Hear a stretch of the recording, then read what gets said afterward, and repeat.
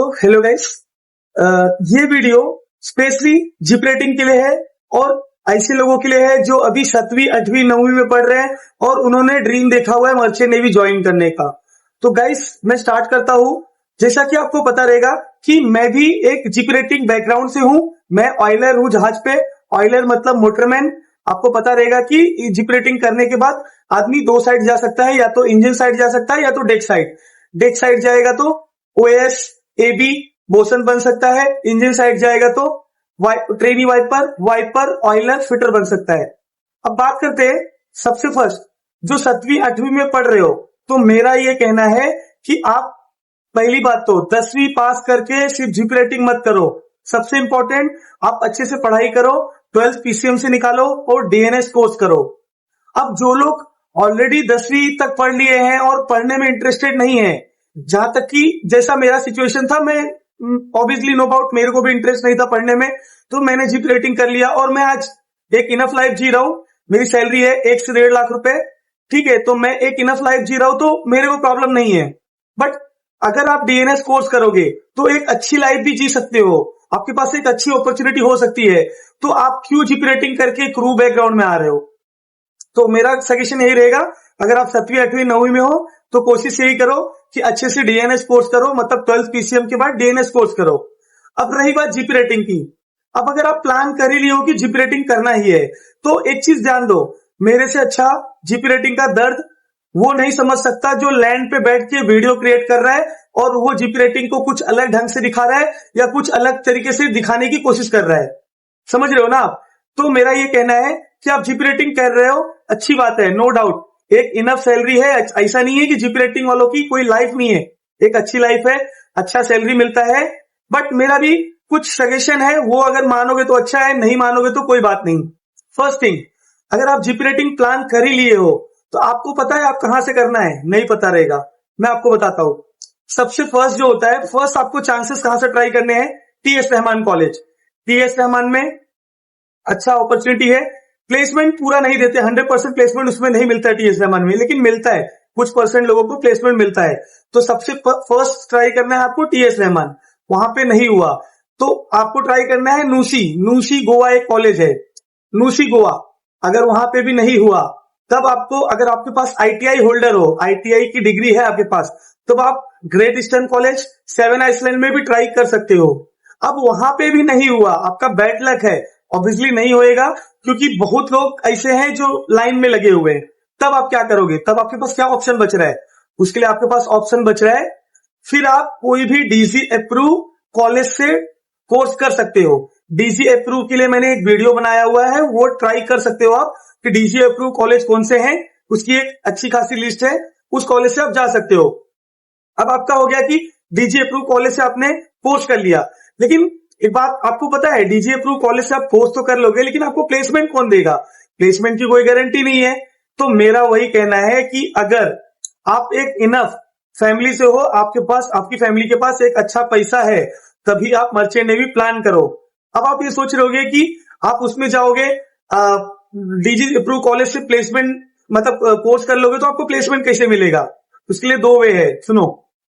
First way, आप कोई भी ऐसे कॉलेज से कोर्स करो, डीजी अप्रूव कोर्स मतलब कॉलेज से जो पेड प्लेसमेंट देता हो, क्योंकि पेड प्लेसमेंट एक सेफ है। पेड प्लेसमेंट मतलब कॉलेज वाले ही थोड़ा पैसा लेंगे बट आपको पेड प्लेसमेंट देंगे, वो आपके लिए सेफ है।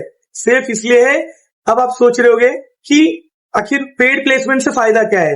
पेड प्लेसमेंट से फायदा यह है कि आप अगर पेड प्लेसमेंट कॉलेज को पैसा देके प्लेसमेंट लोगे तो आप सेफ हैंड में हो। अगर आप किसी एजेंट के पास जाके प्लेसमेंट लोगे तो आप अनसेफ हो, क्योंकि कॉलेज इतना बड़ा रेपुटेशन खड़ा कर रखा है, कॉलेज जल्दी फ्रॉड नहीं करेगा, बट एजेंट को 2 मिनट लगता है फ्रॉड करने में।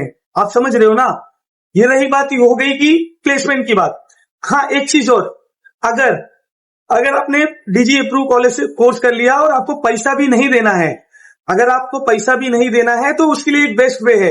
पूरे इंडिया में एक ही ऐसी कंपनी है जो फ्री में एग्जाम कराती है साल में 2 बार और कई सारे बच्चों को फ्री में चांस देती है। वो कंपनी है सिनर्जी ग्रुप ऑफ मरीन। जैसा कि आपको पता रहेगा, मैं भी वो कंपनी में सेल करता हूं। तो सिनर्जी ग्रुप का एग्जाम साल में 2 बार होता है। आप अप्लाई करोगे, थोड़ा आपको टाइम लगेगा, लेकिन आप सक्सेस होगे, तो आप ये कर सकते हो। अब रही बात आपने जिप रेटिंग कोर्स कर लिया, जहाज पे आ गए। अब आपके दिमाग में चल रहा होगा कि आप जहाज पे आने के बाद मतलब इंजन साइड सिलेक्ट करोगे, डेक साइड सिलेक्ट करोगे, बहुत लोगों के मन में कंफ्यूजन रहता है। तो ऑब्वियसली कंफ्यूजन रहेगा। फर्स्ट थिंग, अगर आपको टेक्निकल वर्क पसंद है, टेक्निकल वर्क समझते हो, जैसे मैकेनिकल वर्क, जैसे इंजन में नट बोल्ट खोलना या कोई पाइपलाइन खोलना, ये सब पसंद है, और इंजन, तब आप इंजन में आ सकते हो। इंजन रूम में ऑब्वियसली गर्मी रहती है, आपको भी पता रहेगा, सुना ही रहेगा, रील्स देखा रहेगा, गर्मी रहती है, थोड़ा सा क्रिटिकल रहता है, लेकिन एक अच्छी लाइफ है, नो डाउट इंजन में भी अच्छी लाइफ है। रही बात डेक साइड की, डेक साइड पे क्या काम होता है? पेंटिंग्स होती है, मूरिंग्स होते हैं, बाकी सारे स्टेशंस होते हैं, ये सब काम भी होता है। तो ब्रिज में नेविगेशन वॉच रहती है, ये सब काम डेक साइड में होता है, तो आप डेक साइड भी जा सकते हो। रही बात सैलरी की, बात करोगे, सैलरी दोनों साइड सेम है, कोई ऐसे चेंजेस नहीं है। इंजन में, डेक में, क्रू की सैलरी सेम है ऑलमोस्ट। कि आपको दिमाग में कोई भ्रम डाल रहा होगा कि इंजन में सैलरी ज्यादा है, डेक में सैलरी ज्यादा है, तो ऐसा कुछ नहीं है। अब रही बात, ये सब खत्म हो गई, बात आई कि आखिर आप जिप रेटिंग कर लोगे, जहाज पे भी आ गए। आप लोग के मन में डाउट रहेगा कि जहाज पे जाने के बाद आखिर सैलरी कितनी रहेगी। सैलरी के लिए देखो, इंजन साइड या डेक साइड दोनों सेम सैलरी है। फर्स्ट, आप जब फर्स्ट टाइम जहाज पे आओगे जिप रेटिंग करने के बाद, तो सबसे पहले आप आओगे, अगर डेक साइड गए तो ट्रेनी ओएस की $600, जैसे नॉर्मल बड़ी कंपनी में, स्टैंडर्ड कंपनी में। अब वही आप एजेंट के थ्रू जाओगे तो $100-200 मिलेगा, बट डिपेंड करता है कि उस टाइम सिचुएशन क्या है आपका, एजेंट के थ्रू गए हो या कंपनी के थ्रू। नॉर्मली मेरी जैसी कंपनी का मैं बता रहा हूं आपको।